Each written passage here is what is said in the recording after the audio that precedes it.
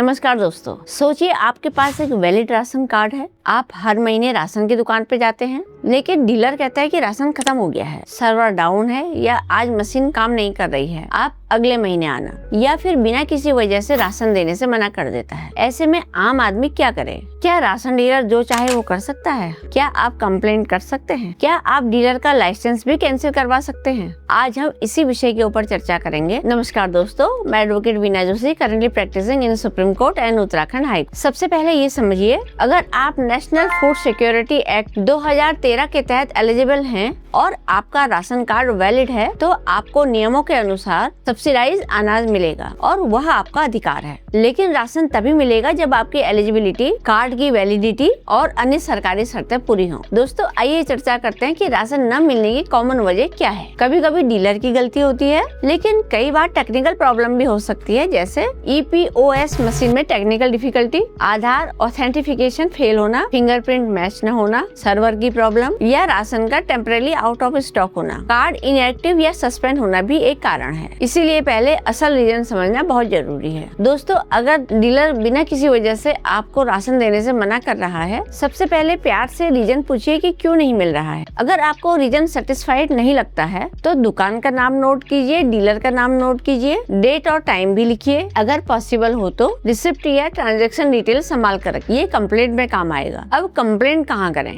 अगर राशन नहीं मिल रहा है तो आप कंप्लेंट कर सकते हैं district food and civil supply office में, तहसील या ब्लॉक सप्लाई ऑफिस में, राज्य की food and civil supply department के ग्रीवेंस पोर्टल या हेल्पलाइन नंबर पर कंप्लेंट कर सकते हैं। कंप्लेंट में ये कुछ डिटेल जरूर मेंशन करिए: ration card number, mobile number, dealer का नाम, fair price, shop number, problem की डेट और क्या हुआ उसका एक शॉर्ट डिस्क्रिप्शन। अगर आधार ऑथेंटिफिकेशन फेल हो जाए तो क्या करें? कई बार फिंगरप्रिंट मैच नहीं होते हैं। इस सिचुएशन में तुरंत राशन से वंचित रहना जरूरी नहीं होता है। कई राज्यों में ऑल्टरनेटिव ऑथेंटिफिकेशन या एक्सेप्शन हैंडलिंग का सिस्टम होता है, लेकिन ये स्टेट के रूल्स और इम्प्लीमेंटेशन पर डिपेंड करता है। इसीलिए अपने लोकल फूड सप्लाई ऑफिस से तुरंत संपर्क करें। दोस्तों, आइए अब जानते हैं कि क्या डीलर के खिलाफ एक्शन हो सकता है। हाँ, अगर इन्वेस्टिगेशन में पता चलता है कि डीलर जानबूझकर राशन रोक रहा है या नियमों का उल्लंघन कर रहा है, तो उसके खिलाफ डिपार्टमेंटल डिसिप्लिनरी एक्शन लिया जा सकता है। केस की सीरियसनेस के हिसाब से वार्निंग, पेनल्टी,